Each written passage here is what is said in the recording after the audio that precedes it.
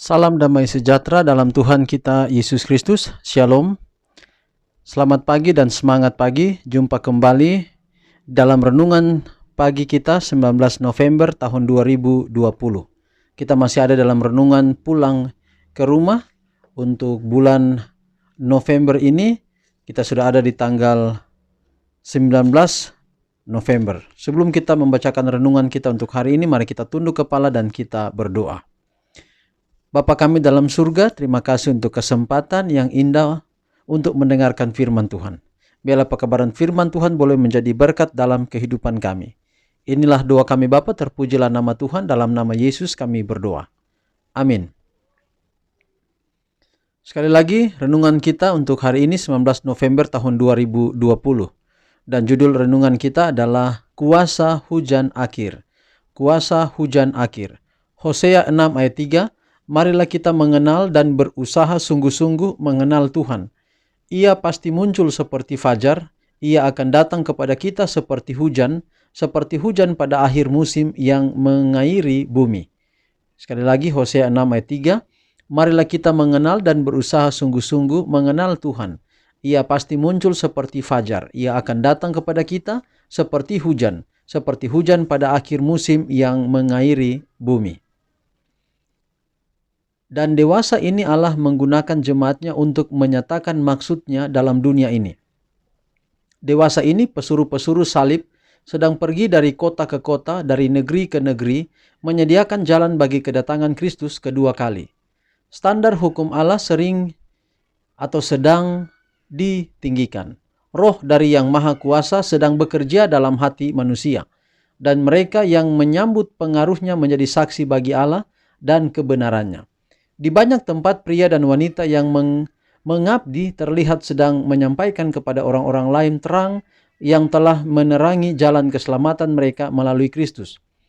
Dan sementara mereka membiarkan terang mereka bercahaya, seperti yang dilakukan oleh mereka yang telah dibaptiskan dengan roh pada hari Pentakosta, mereka mendapatkan kuasa roh lebih banyak lagi dan lebih banyak lagi. Dengan demikian dunia ini akan diterangi dengan kemuliaan Allah. Jadi saudara, gambaran daripada roh hujan akhir yang dicurahkan Allah pada akhir zaman ini sama ketika roh hujan atau pencurahan roh hujan atau disimbolkan dengan hari Pentakosta pada zaman rasul-rasul.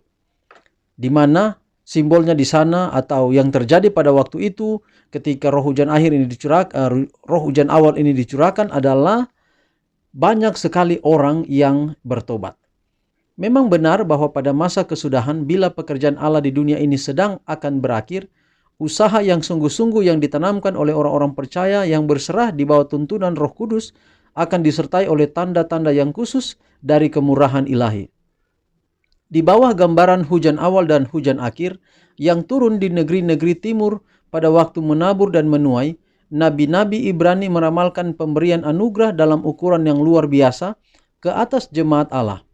Kecurahan roh pada zaman rasul-rasul adalah permulaan dari hujan awal dan hujan akhir, dan hasilnya gemilang. Sampai kepada akhir zaman, hadirat roh akan tinggal bersama jemaat yang benar.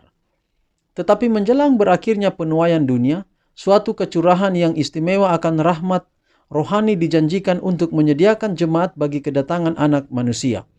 Kecurahan roh ini disamakan dengan turunnya hujan akhir, dan adalah untuk kuasa yang bertambah ini orang-orang Kristen harus mengirimkan permohonan mereka kepada Tuhan penuaian itu pada akhir musim semi.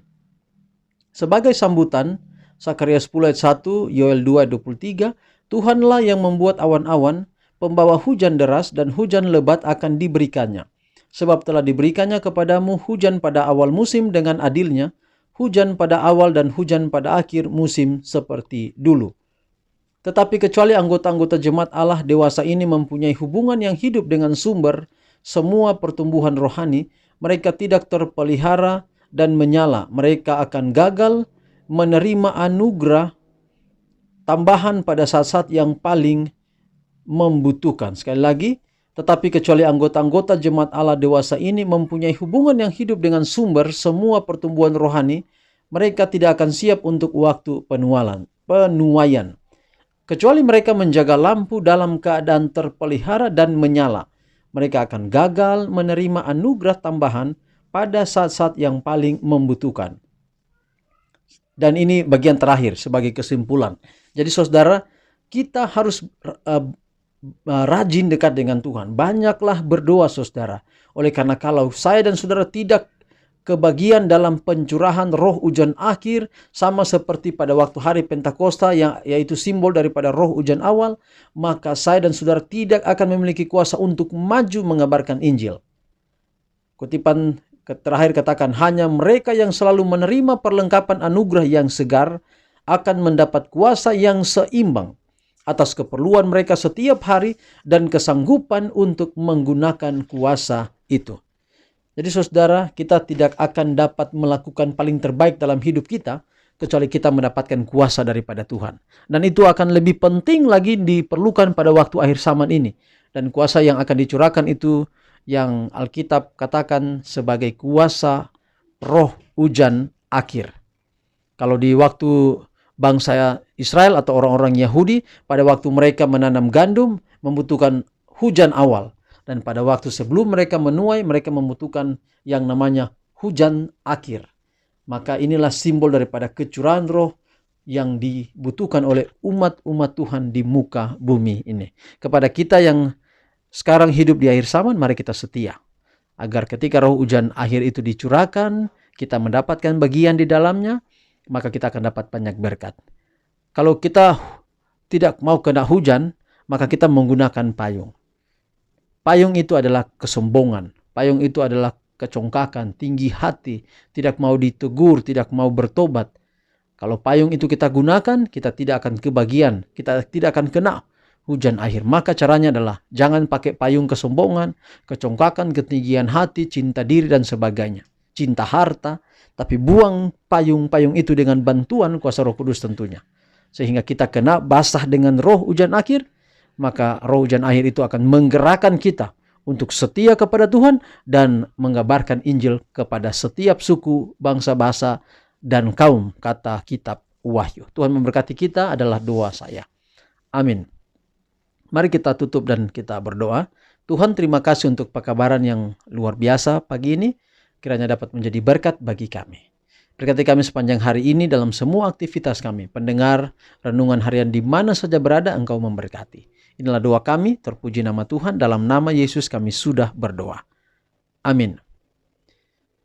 Demikianlah pekabaran kita untuk hari ini. Tuhan memberkati kita, sampai jumpa besok. Shalom.